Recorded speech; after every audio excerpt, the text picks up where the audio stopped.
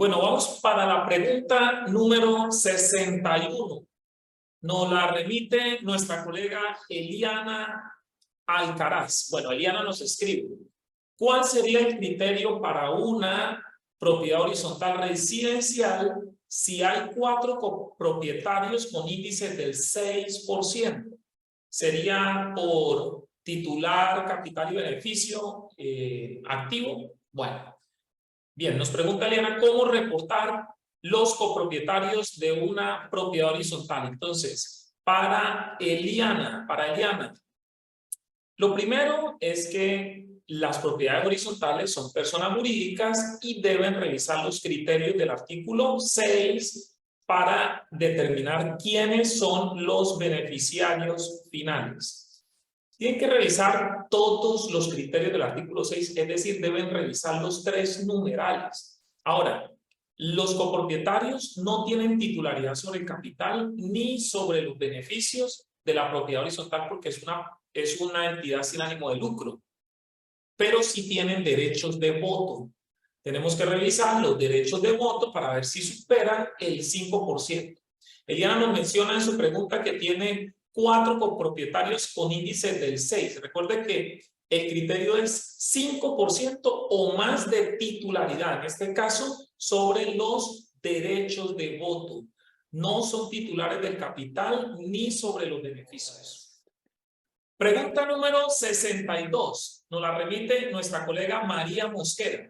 Bueno, ella nos escribe: en una empresa donde hay 6 socios, pero el 50% lo tiene uno y el otro 50% está representado entre la esposa y los hijos. Uno de ellos es el gerente, representa a su madre y a sus hermanos, y él toma las decisiones. Entonces, ¿quién sería el beneficiario final? Habría que reportarlos a todos. ¿Y qué información se necesita para hacerlo? Bueno, María, existe el concepto de actuar conjuntamente.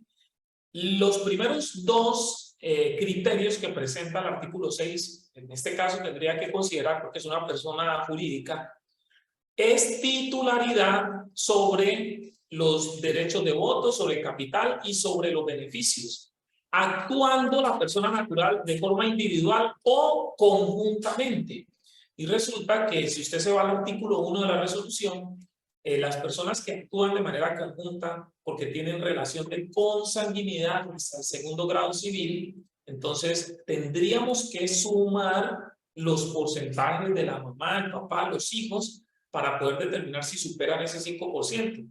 Así como usted lo plantea en la pregunta, todos estarían obligados o todos tendrían que ser reportados como beneficiarios finales por titularidad y por control también, porque el segundo criterio habla de control, dice individual o conjunto. Ahí todos son familiares, tienen relación de consanguinidad en el primer grado de consanguinidad, por lo tanto están actuando de forma conjunta y deberían ser reportados por titularidad y por control, todos los que está mencionando usted en la pregunta. Bueno, pregunta número 63, que la hace Janet Zuluaga. Un saludo para Janet. Dice, nos escribe Janet: un edificio antiguo que tiene reglamento de propiedad horizontal, pero no funciona como tal, nunca se ha pagado administración, no está inscrito en la DIAN tampoco, debe presentar el RW.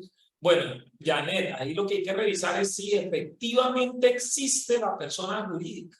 O sea, ¿existe la propiedad horizontal o no? ¿Sí? ¿Se constituyó en algún momento la persona jurídica? Hay que revisarlo porque dice que no está inscrito en la DIAN. Entonces, si estamos hablando de propiedad horizontal es porque es una persona jurídica y tiene su RUT. Habría que revisar primero eso. Si existe la persona jurídica, está obligado a presentar el RV de acuerdo a lo contemplado en la resolución. ¿Listo, Janet? Pregunta número 64.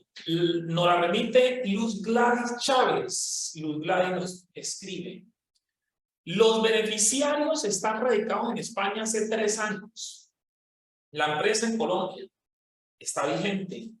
Coloco todos los datos de la residencia en ese país. Gracias, son 2 beneficiarios. Sí, efectivamente, usted debe colocar los datos de ubicación de esos dos beneficiarios, no importa que estén en el extranjero, los datos de ubicación, ¿sí? Bueno, pregunta número 65. María Sánchez nos escribe la pregunta número 65, dice, una sociedad SAS que con 3 accionistas y con una participación del 33 cada uno, pero esa SAS fue creada en el 2010 y quedó inactiva en el 2018. Ya el patrimonio no tiene nada, solo tiene deudas para terminar de cancelar. Bueno, ¿a quién se debe reportar como beneficiario final?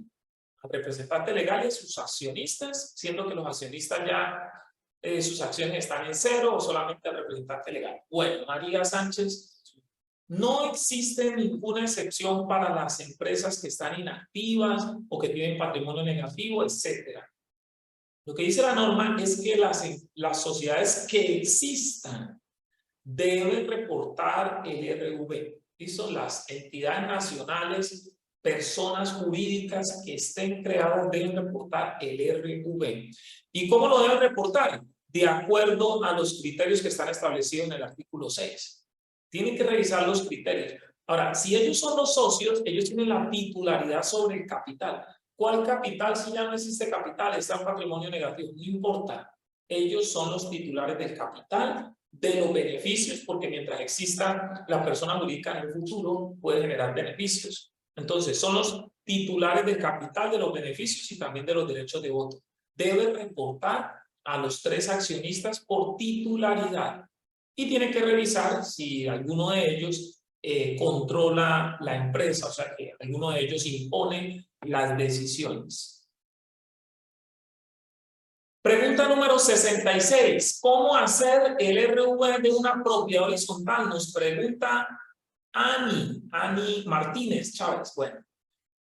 Bien, colega, ¿cómo hacer el RV de una propiedad horizontal? Es una pregunta bastante general. Hemos dado respuesta a varias preguntas de propiedad horizontal, pero lo que yo podría contestarle aquí es que las propiedades horizontales son personas jurídicas y que deben tener en cuenta los criterios del artículo número 6 para definir sus beneficiarios finales.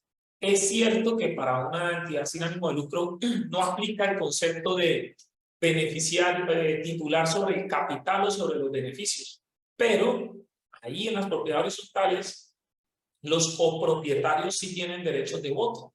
Entonces, tiene que mirar la titularidad, debe mirar el criterio también de control y si no hay ninguna persona natural que cumpla los criterios, reporta al representante legal. Pregunta número 67, nos la remite Claudia Ramírez Jiménez. Claudia nos pregunta, en el RV de una propiedad horizontal, si un copropietario aplica el criterio 1, hay 2 opciones de titularidad. Sería derechos de voto y la otra por beneficio. ¿Qué opción aplicaría? Sería la opción, no en este caso de activos, bueno, así como nos preguntó, así escribimos la pregunta. Bueno, Claudia, lo primero es que en una propiedad horizontal no hay titularidad sobre el capital, ni tampoco hay titularidad sobre beneficios, porque es una entidad sin ánimo de lucro. La única titularidad que existe en una propiedad horizontal es sobre los derechos de voto. Y son derechos de voto.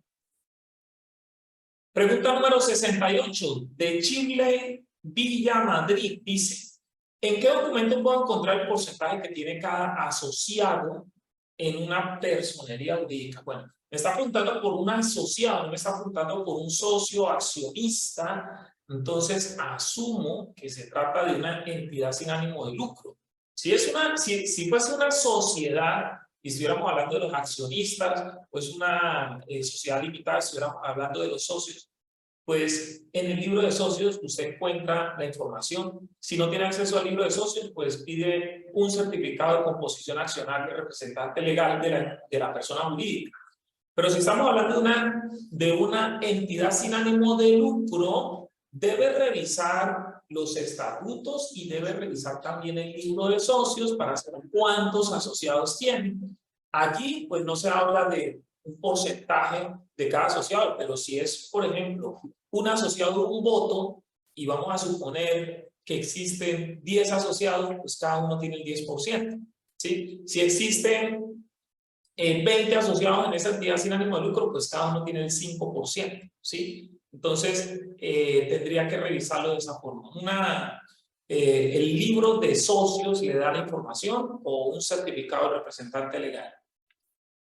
Pregunta número 69 de Amalia Saldarriaga.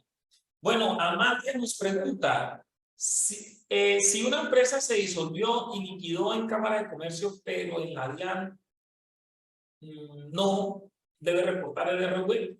Bueno, recuerden, colegas, que si el RUT existe, usted debe actualizar o debe registrar el RV antes de cancelar el RUT. No lo van a dejar cancelar el RUT si usted no tiene el RV. Usted reporta a los beneficiarios y luego cancela el RUT.